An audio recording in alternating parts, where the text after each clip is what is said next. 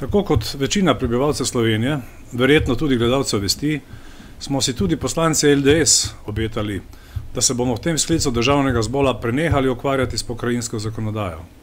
Verjamem, da smo bili vsi skupaj, vi in mi, že močno naveličani in nasičeni jalovih razprav, kjer sta si opozicija in koalicija neuspešno dopovedovala in se prepričevala, kdo ima bolj prav.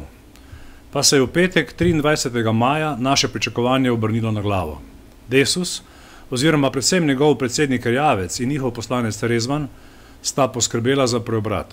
Sedaj že javno znano, takrat je pa to še bilo koloradsko šepetanje po hodniki državnega zbora, je postalo dejstvo.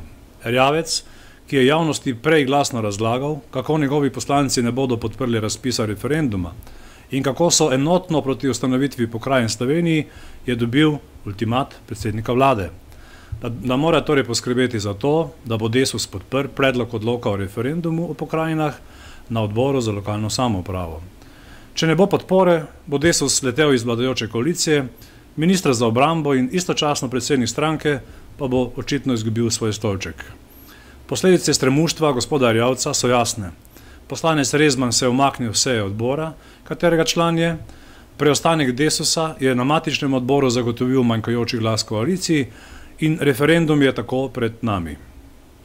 O tem, da bomo nepotrebno zapravili 3,5 milijona evrov, je razlogov za nasprotovanje referendumu in referendumskim vprašanjem seveda več.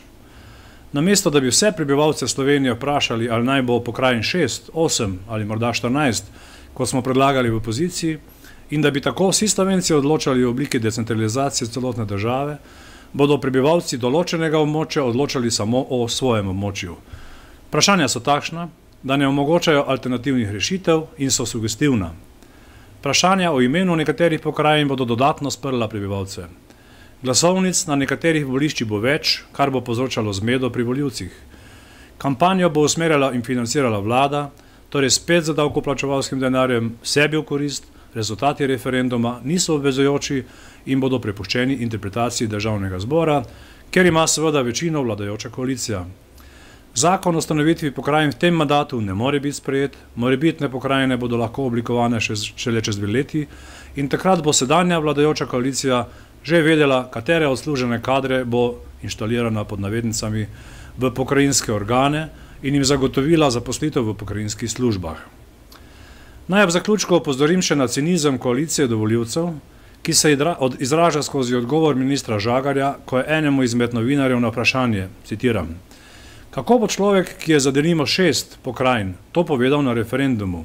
Odgovoril je: "Takšnemu volivcu svetujem, da si priskrbi vso pokrajinsko literaturo in se seznani s predlagano vsebino."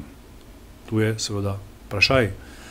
Referendum je nedvomno politična manipulacija vladajočih oblastnikov, ki ta najvišji demokratični instrument izražanja volje ljudstva izrabljajo za dnevno politične interese, predvsem pa ga izkorišča vladajoča koalicija kot del predvolilnih aktivnosti za prihajajoče volitve v državnem zboru. Zato volivcem predlagam, da referendum ali bojkotirajo ali pa glasujejo odločno proti.